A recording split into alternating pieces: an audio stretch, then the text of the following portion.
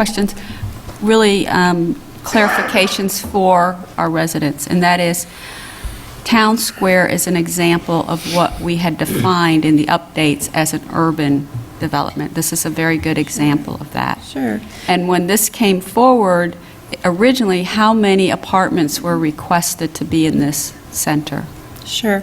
That's a great example. Yeah, when there were 288 residential units that were requested and approved through the PD process here for Town Square.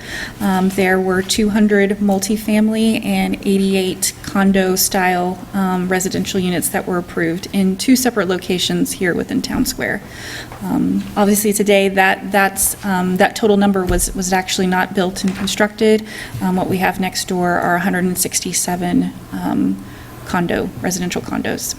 And that's a great point in terms of what we as staff looked at when we were crafting these specific criteria. We looked at examples that we have here in our community, both of suburban style PDs as well as urban style PDs. And truly, Town Square is really to date only the only urban style PD we have here.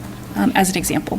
And it's been very successful, but how many now they're condominiums, how many were actually built out of the 288? If I recall, 167 are next door. It's 167. And I know that the developer who visioned this and developed it said one of the drawbacks with not having as many as he originally planned is that it's been very difficult to keep retail here.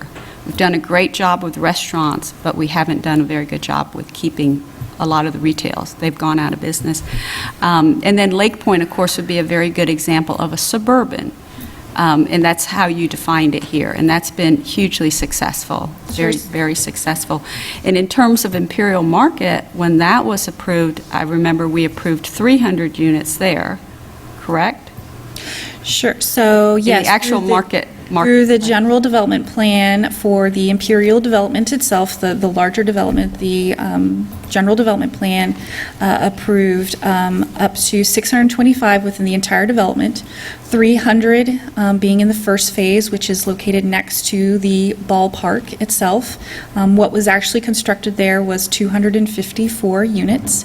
Now, for the second phase, which is envisioned to be and being requested as part of the redevelopment of the Imperial refinery site, 325 units were approved through the general development plan for the second phase in that location, and the application coming forward soon to City Council will include a request for 274 units. So below, in both cases, below what was approved through the general development plan process.